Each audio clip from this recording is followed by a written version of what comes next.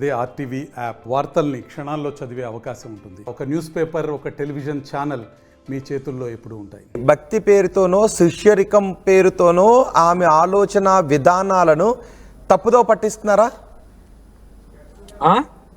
ఆ శిష్యరికం పేరుతో, శిష్యురాలి పేరుతో ఆమె ఆలోచన విధానం అంటే ఇంకెక్కడో 60 ఏళ్ళు అని అన్నారు కదా, బహుశా ఆయన కూడా స్వామీజీ సాధనలో ఉన్నటువంటి వ్యక్తి గురించేనా ఆయన కూడా మాట్లాడింది?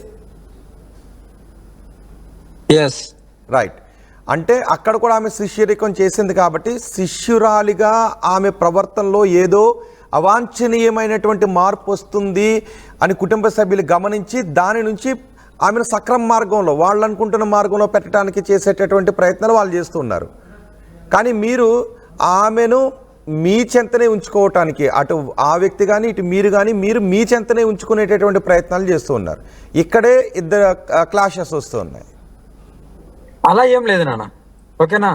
మా చింతనే ఉండాలంటే ఆమె నమ్మి వచ్చింది కాబట్టి కాపాడుకోవడం నా బాధ్యత. ఎవరైనా సరే, ఇప్పుడు ఎవరైనా ఒకరిని నమ్మి వస్తేనే కదా వాళ్ళకు బాగోగులు చూసుకొని వాళ్ళకు ప్రొటెక్షన్ ఇవ్వడానికి. నమ్మి రాకుండా మేము అందరి దగ్గరికి పోయి ప్రొటెక్షన్ చేయలేం కదా. నమ్మిన వాళ్ళకే మంచి చేస్తాం, నమ్మిన వాళ్ళనే మేము కాపాడుకుంటాం. అంటే ఏం చెప్తారు వీళ్ళకి, మీతో వచ్చే వాళ్ళకి? ఇక వద్దు, సమాజం వద్దు, కుటుంబాలు వద్దు, పిల్లలు ఇవేమీ వద్దు, కేవలం సాధనతోనే ఉందాం, వచ్చేసేయండి అని చెప్తారా? నానా నేను ఒకటే చెప్తాను, ఎప్పుడైనా సరే ఒక సాధన నేర్చుకోవడానికి సర్వసం కోల్పోవాల్సి వస్తుంది. కానీ మీరన్నట్టే కుటుంబముకు చెప్పి కూడా రావాలి. వాళ్ళ ఒపీనియన్స్ నాకు తెలియదు, నాకు సంబంధం లేదు. మీరు ఒప్పించుకుంటారో ఒప్పించుకోరో మీ ఇష్టం అది. కానీ నా దగ్గరికి వస్తే నేను కంపల్సరీ నా వెంట తీసుకెళ్తాను, అది ఎవరైనా సరే. అదే వెంట తీసుకువెళ్ళి ఏం చెప్తారు, ఏం చేస్తారు? నాకు వచ్చిన సాధనని, నాకు వచ్చిన దాన్ని నేను నేర్పిస్తాను, అంతే. వాళ్ళ హ్యాపీగా ఉండాలి. జీవితం అనేది ఒకటేసారి వస్తుంది, ఒకటేసారి.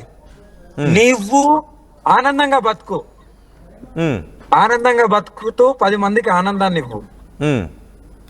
నీ మీద ఎన్ని విమర్శలు వచ్చినా, ఎంతో దాడైనా నువ్వు ఆనందంగా ఉండడం నేర్చుకుంటే చాలు. ఆనందం అంటే? ఆనందం అంటే భగవంతుని భక్తిలో లీలమైపోయి ఆయనకు సేవ చేస్తూ, నీతో అయినంత వరకు నిన్ను నమ్మిన వాళ్ళకు సేవ చేస్తుంటే చాలు, వాళ్ళ కష్టాలు తీర్చుకుంటుంటే చాలు. అంటే సొసైటీ మొత్తం దేశమంతా చేయాలనేది కూడా లేదు. ఓకే, అంటే భగవంతుని ప్రార్థిస్తూ ఆనందంగా ఉండటం అంటే కుటుంబాన్ని వదిలేసి వచ్చేయటంలోనే ఆనందం ఉంటుందా? లేదు, ఇప్పుడు అందరూ ఎలాగైతే ఒక ధర్మాన్ని అనుసరిస్తూ కుటుంబ సభ్యులతో కూడా ఉంటూ దైనందిన ఇతర కార్యక్రమాలు చేసుకుంటూ భగవంతుని ప్రార్థిస్తున్నారు కదా, అందులో ఆనందం లేదా? నానా అది ఒక కోణం. కుటుంబంతో ఉండి కూడా భక్తి చేసుకోవచ్చు, భగవంతునికి లీలం అయిపోవచ్చు. కన్నా నాది ఆ వే కాదా, నాది ఆ వే కాదు, నాది ఆ తత్వం కాదు. నాతో వచ్చే వాళ్ళు సర్వస్వం త్యాగం చేస్తేనే రావాలి, లేదంటే రావద్దు. ఓకే, ఇప్పుడు శ్రీవర్షిని మీతో వచ్చేయటానికి ముందు ఏం జరిగింది అసలు? ఆమెకు మీకు ఎక్కడ పరిచయం ఏర్పడింది? చెప్పాను కదా నాన్న, ఇది కార్ రిపేర్ అయితే అక్కడికి మంగళగిరిలో అక్కడ ఆమె ఫస్టే సాధకురాలు. నా దగ్గరనే కొత్త కాదు, ఫస్టే సాధకురాలు. వాళ్ళ ఇంటికి, అవును. అయితే ఫస్ట్ వాళ్ళ ఇంటికి ఇన్వైట్ చేశారు. కారు కదా బాగాలేదు కదా, బ్యాటరీ డౌన్ అని, సెట్ డౌన్ అయితే అక్కడ తీసుకెళ్లారు. ఒక రోజు ఉంచారు. బాగా అయిన తర్వాత ఉండి నేను వెళ్ళిపోయాను. నెక్స్ట్ డే ఈవినింగ్ కల్లా రెడీ అయిపోతే వెళ్ళిపోయాను. మళ్ళీ వచ్చేటప్పుడు ఒక ఇష్యూ జరిగింది. కార్ గ్లాసులు బ్రోక్ అయిపోయినాయి. డోర్ కొద్దిగా అది చెన్నై నుండి రాగా, అక్కడ కూడా పోలీసులు ఉంటారు. అక్కడ డోర్లు డ్యామేజ్ అయితే అదే విజయవాడ నేను సెర్చ్ చేసుకొని హోండా షోరూమ్ లో ఇచ్చాను. అక్కడ కావాలంటే ఎంక్వైరీ కూడా చేసుకోవచ్చు. అక్కడ 2 days 3 days బండి పెట్టుకున్నారు, మొత్తం బాగు చేశారు. స్టిక్కరింగ్ గురించి ఒక 2 days ఆగాను. అప్పుడు కూడా వాళ్ళ ఇంట్లోనే ఉన్నాను. అప్పుడే ఆ బిడ్డ చెప్పింది, నేను ఇలా అమ్మతో వెళ్తాను సాధన కంటే. ఒప్పుకున్నారు. వారానికి ఒక 10 రోజులు, నెలలో ఒక 10 రోజులు, వారం రోజులు వస్తాను, వచ్చి మీతో ఉంటాను, ఏదైనా ఫంక్షన్లు ఉన్నా వస్తాను అన్నారు. ఒప్పుకున్నారు. ఈమె మొత్తానికి ఇంట్లోకి వెళ్ళి నా దగ్గరికి ఎప్పుడైతే వచ్చిందో, పోలీస్ స్టేషన్లో వెళ్ళి కంప్లైంట్ రాసి నా దగ్గరికి వచ్చిందో, అప్పటి నుండి వీళ్ళలో మాటల్లో తేడా వచ్చేసింది. Okay. లేనిపోని అబండాలు వేస్తూ ఏది నిజమో ఏది అబద్ధమో భగవంతునికి తెలుసు కదా. ఒకళ్ళు అంటారు నన్ను మొత్తం రక్కింది అంటాడు, ఒకళ్ళు అంటారు ముద్దులు పెట్టిందంట, ఒకళ్ళు అంటారు నిజంగా ఇంకోటి ఏదో తెప్పించుకుని. అంటే మరి ఏంటి మీరు ఆ ఎవరు మీరు ఒకరి పైన పడుకొని ఏదో రక్కుతున్నట్టుగానే ఏదో వీడియో ఉంది, ఏంటి అసలు ఆ వీడియో ఎందుకు వచ్చింది అది? ఆమె ఈ బిడ్డనే అమ్మ ఈమె ఒక దాంట్లో యాంకరింగ్ గా చేస్తుంది. చేసేటప్పుడు అమ్మ ఇప్పుడు మీరు ఇలా ఉన్నారు కదా, ఒక వీడియో ఫన్నీగా చేద్దామమ్మా అంటే అక్కడ కూర్చొని అందరు, వాళ్ళ అమ్మ కూడా ఉంది వీడియోలో, వాళ్ళ ఫ్యామిలీ వీడియో తీసింది, ఈ తల్లే తీసింది వీడియో, ఈ బిడ్డనే వీడియో తీసింది, వీళ్ళందరూ ఉన్నారు. అక్కడ ఫన్నీ జరిగిందని ఇప్పుడు ఇలా క్రియేట్ చేసుకున్నారు. అది భగవంతుడు చూస్తారు. ఈ ఫన్నీ అంతా ప్రాపంచికం కదా, ఈ ఫన్నీ అంతా వేరే కదా. మీకు శివ ధ్యానంలోనే మీ మనసు లగ్నమై ఉండాలి, మీరు కళ్ళు మూసిన కళ్ళు తెరిచిన శ్వాస తీసుకున్న శ్వాస వదిలిన శివుడే కనపడాల్సిన మీకు ఆ ఫన్నీ ఎందుకు కనిపించింది? ఏ ఫన్నీ ఇప్పుడు నేను చెప్పిందా నానా, మాకంటూ ఒక రెస్ట్ టైం అనేది ఉంటది, ఒక 3 hours 4 hours. మిగతా టైం అంటే మేము మా మంత్రము, మాకెప్పుడు మనసులో ఒక మంత్రం జపిస్తూనే ఉంటాం, మాది మేము ఉంటాం. ఓకేనా, 24 గంటలు ఏ గురువు ఎవరు ఉండరు, జస్ట్ ఒక 2-3 hours అన్న రెస్ట్ ఉంటది. అంటే ఆ రెస్ట్ దేనికో, అంటే ఆ రెస్ట్ లో శివ ధ్యానాన్ని వదిలి వేరొక ధ్యానంలోకి వెళ్తారా? శివధ్యానాన్ని వదిలి కాదు, శివధాన్యాన్ని వదిలి కాదు, భుజించడానికో లేకుంటే కాలకృత్యాలు తీర్చుకోవడానికో వీటికి ఉంటది కదా నాన్న ఆ టైం, అలాంటి టైము అన్నట్టు.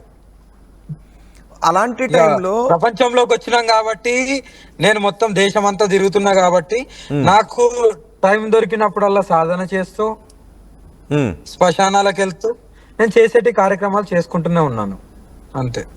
ఓకే, కానీ అంటే శివధ్య ఒక 3 గంటలో 4 గంటలో టైం దొరికింది అన్నప్పుడు ఆయనను రక్కిన వీడియో, ఐ మీన్ అంటే అది కంప్లీట్గా ప్రాపంచికమే కదా అది. నానా రక్కిలని మీరు అనుకుంటున్నారు, నేను ఇలా సైడ్ తిరిగాను, అది ఎవరికి కనబడదు. ఇప్పుడు సభ్య సమాజం ఎలా తయారైందంటే జస్ట్ చేయి పట్టుకున్నా సరే వీళ్ళిద్దరు ఏదో ఉన్నది. ఇలాంటి సభ్య సమాజంలో నేను అలాంటి మాటలు మాట్లాడలేదు. ఎవ్వరు ఏమనుకున్నా నానా, ఎవ్వరు ఏమనుకున్నా నాకు ఏమి కాదు. ఓకేనా, నేనేంటో నాకు తెలుసు, నా భగవంతుడు నా గురువుకు తెలుసు, చాలు. ఇంకా నేను ఇలాంటి విమర్శలు అందరికి ఒప్పించుకొని నేను నిరూపించుకోవాలని అవసరం లేదు, నిరూపించుకోను కూడా. ఓకే, ఇప్పుడు గుజరాత్ నుంచి మీరు వెనక్కి వస్తున్నారా, లేదంటే గుజరాత్ ఇప్పుడు మీరు ఒక ప్రయాణం ముందుకు వెళ్తున్నారు, దారిలో ఏదో ఒక వివాదమో ఒక ఆపద వచ్చింది, అది అయిపోయింది, మీరు దాని నుంచి ముందుకు వెళ్తున్నారా? ఇప్పుడు ఆమెను తీసుకువెళ్ళిపోయారు కాబట్టి వెనక్కి వస్తున్నారా? నానా నేనైతే ఓంకారేశ్వర దర్శనం చేసుకొని ఉజ్జయిన్ దర్శనం చేసుకుంటాను, ఎందుకంటే నేను నా ప్రయాణాన్ని ఆపలేను. నా ప్రయాణాన్ని నేను ఎందుకు ఆపుతాను?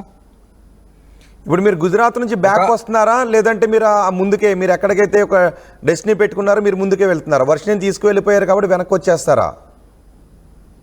లేదు, నేను గుళ్ళు దర్శనానికి వెళ్తాను, జ్యోతిర్లింగాలు దర్శనం చేసుకొని నేను నిదానంగా తెలంగాణకు వస్తాను. నేను దర్శనాలను ఎందుకు ఆపుతాను నాన్న?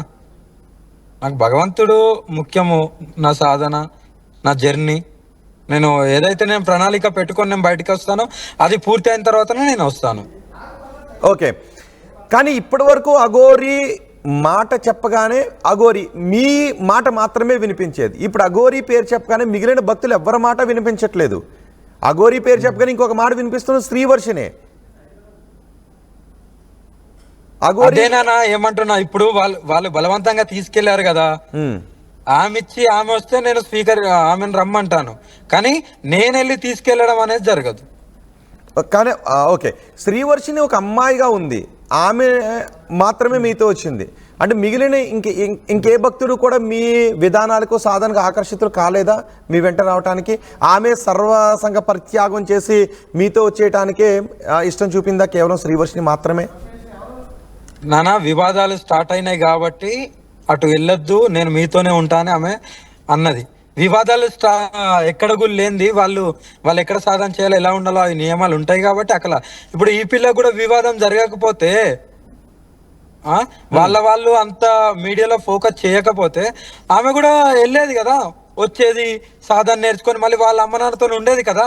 వీళ్ళందరూ ఉన్నట్టు మీడియాలో ఫోకస్ అయిన తర్వాతనే కదా నేను ఇంకా మొత్తానికి వెళ్ళాను నీతోనే ఉంటాను అన్నది. అంటే అఘోరి గారు ఇక్కడ సమాజంలో ఒక భిన్నమైన అభిప్రాయం వస్తూ ఉంది. అంటే మిమ్మల్ని కొంతమంది వ్యతిరేకించారు, కొంతమంది ఆదరించిన వాళ్ళు ఉన్నారు. ఇప్పుడు ఒకరి ఇంట్లో ఒక ఆడపిల్ల, ఒక అమ్మాయి మీతో ఆకర్షితురాలై మీ బోధనలకు, మీ విధానానికి మీతో పాటు వచ్చేసింది అని అంటే రేపు మళ్ళీ మిమ్మల్ని ఎవరైనా నమ్మే పరిస్థితి, లేదంటే మీ పైన అనుమానం పడే పరిస్థితి ఉండదా? కొంత డౌట్ చేసే అవకాశం ఉంటుంది కదా. దేనికి మళ్ళీ మిమ్మల్ని ఎవరైనా వాళ్ళ ఇంటికి ఆహ్వానించాలి అని అంటే ఒక చోట ఈ వివాదం వచ్చింది, వాళ్ళ ఇంట్లో భవిష్యత్తు మీద ఆలోచనతో ముందుకు వెళ్తున్నటువంటి ఒక అమ్మాయిని అఘోరి తను కూడా తీసుకువెళ్ళిపోయింది అనే ఒక అపవాదు మీతో పాటు ట్రావెల్ కాదా, మీతో పాటు ఉండిపోదా? నానా నేను అదే అంటున్నాను, ఈ వివాదం అనేది వచ్చింది ఓకేనా, నన్ను ఎవరు పిలిచినా పిలవకపోయినా నా పరమశివుడు నాకు ఇచ్చే భిక్షాటం నేను చేస్తూనే ఉంటాను. నా బాటలో నేను ఉన్నాను. నన్ను ఎవరు పిలవద్దు, నా దగ్గరికి రావద్దు, నన్ను నమ్మద్దు, నన్ను నమ్మాల్సిన అవసరం కూడా లేదు. అంటే కొంతమంది ఏం చెప్పారంటే కొంతమంది ఏం చెప్పారు అంటే అనట్లేదు కదా, కొంతమంది ఏం చెప్పారు అంటే నీకు ఇష్టమైతే నాతో వచ్చేయి, నీ కుటుంబాన్ని వదిలేసి వచ్చేయి అనేది కరెక్ట్ కాదు. నువ్వు రావాలి అనుకుంటే రా, కానీ నీ కుటుంబాన్ని పూర్తి స్థాయిలో ఒప్పించి మాత్రమే రా. నీ కుటుంబ సభ్యుల్లో ఎవరైనా వ్యతిరేకిస్తే నువ్వు నాతో రావద్దు, నా సాధన నాదే అని వెళ్ళిపోవాలి. కానీ అలా కాదు, నీకు మెజార్టీ నిండింది, నువ్వు నచ్చితే నాతో పాటు వచ్చేయి అని పిలుపునివ్వడం అఘోరి వైపు ఉన్నటువంటి తప్పిదం అని చాలామంది అంటున్నారు. నానా నేను అదే అంటున్నా కదా నాన్న, ఆమె ఇష్టం నానా. ఎంతో మంది ఉంటారు ఓకేనా, ఒకరికి ఒకటి నచ్చచ్చు, ఒకటి నచ్చకపోవచ్చు. వాళ్ళ ఇష్టానుసారంగా ఉండటానికో కాదు కదా ఇది.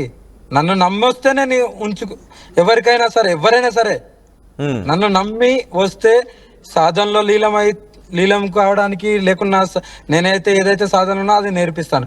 కానీ ఏదైతే వివాదం వచ్చి నెక్స్ట్ వాళ్ళ ఇంటికి పిలుస్తారో పిలవదంటే, వాళ్ళ ఇంటికి పిలుస్తేంది, పిలవకుంటేంది, నా దగ్గరికి వచ్చి పూజలు చేపించుకుంటేంది, చేపించుకోకపోతేంది, నన్ను పిలవద్దు, నా దగ్గర రావద్దు, నన్ను నమ్మద్దు. నన్ను నమ్మమని నేను మీ దగ్గరికి వచ్చి నేను ప్రాధాయపడ మీరు నేను ప్రశ్నిస్తున్నా, నా దగ్గరికి రావద్దు, నా మార్గంలో నేనున్నాను, నన్నుగా బతకనివ్వండి. నేను మీ దగ్గరికి వచ్చి మిమ్మల్ని ఏమన్నా అమ్మా నేను అఘోరినమ్మా, నేను ఈ పూజలు చేస్తాను రండి చేపించుకున్నా, నేనేమో బతిలాడట్లేదు కదా, నేనేం పిలవట్లేదు కదా, నేను ఎవరికి పిలుపునియట్లేదు కదా. మరి మీరు ఇప్పుడే అదే కదా అన్నారు, నాతో పాటు ఎంతో మంది భక్తులు వస్తూ ఉంటుంటారు, ఆమె నాతో వచ్చింది అంటే తీసుకువెళ్ళిపోతానని అంటున్నారు కదా. ఆమె నాతో వస్తే నేను తీసుకుని వెళ్ళిపోతాను అంటున్నారు కదా. ఇప్పుడు కూడా నాతో వస్తే నేను 100% తీసుకెళ్తాను. వాళ్ళ కుటుంబ సభ్యులు లేకపోయినా రాని వాళ్ళని నేను ఎందుకు తీసుకెళ్తానా? ఇప్పుడు దేశంలో ఇంతమంది ఉన్నారు, అందులో ఎంతో కొంతమంది అయితే అమ్మతో ఉండాలి అనుకునే వాళ్ళు నాకు చాలా ఎన్నో కాల్ చూసి అమ్మ నేను నీతోనే ఉండాలని రండి నాన్న. కానీ నాతో ఉండాలంటే నా కార్లు అయితే ఎవరు ఉండరు, ఒక్కరికి తప్ప వేరే వాళ్ళకి చోటు ఉండదు. అది ఎవరైనా ఒక్కరే కావచ్చు. నా వెనకాల వస్తూ నేను ఎక్కడికి వెళ్తాను అక్కడికి వచ్చి సాధన చేస్తే నేను ఏదైతే నేర్పిస్తానో అది నేర్చుకోండి. అది మీరు ఇంట్లో ఒప్పిస్తారో ఒప్పారు అనేది మీ ఒపీనియన్. ఇప్పుడు మీతో పాటు మీ కారులో ఇంకెవరో వస్తాను అన్నా కూడా అది పురుషులైనా ఇంకెవరైనా కూడా తీసుకుని వెళ్తారు, మీ కారులోనే ఉంచుకొని మీరు సాధన చేసి మీరు ఎక్కడికి వెళ్తే అక్కడికి తీసుకుని వెళ్ళి వాళ్ళు కూడా అదే సాధన చేస్తారు. నా కారులో ఎప్పుడు ఒకరికే చోటు ఉంటది, ఒకటే సీట్ ఉంటది. కాబట్టి వెనక మొత్తం నా కాళీమాత, మహాకాళేశ్వరుడు, కాలభైరవుడు నా పూజలు ఎప్పుడు జరుగుతాయి కాబట్టి ఒకరికే చోటు ఉంటది. ఇక్కడ మీకు చూపిస్తాను చూడండి, వెనకాల అందులో ప్లేసే ఉండదు. ఈ ప్లేస్ తప్ప, ఈ సీట్ తప్ప వెనకాల మొత్తం విగ్రహాలు ఉంటాయి, కూర్చోవడానికి కూడా ఉండదు. ఓకే,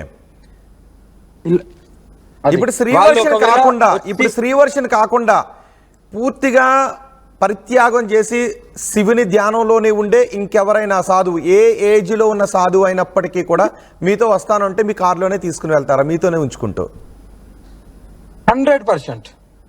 నేను ఒకటే చెప్తున్నాను, మీరు నన్ను నమ్మి వస్తే నాతో రావచ్చు, నమ్మకపోతే నాకు అవసరం లేదు, నేను ఎవరిని నమ్మాను నా దగ్గరికి రావద్దు కూడా. చాలా మంది ఉంటారు, వాళ్ళ దగ్గరికి వెళ్ళి నేర్చుకోండి. కానీ నన్ను వివాదాలకు చేస్తూ నన్నే ఇలా చేస్తారంటే నేను దానికి ఒప్పుకోను కూడా. మరిన్ని వీడియోస్ కోసం ఛానల్ ని సబ్స్క్రైబ్ చేయండి, లేటెస్ట్ అప్డేట్స్ కోసం వాట్సాప్ ఛానల్ ని ఫాలో చేయండి, అండ్ లింక్ డిస్క్రిప్షన్ లో ఉంది.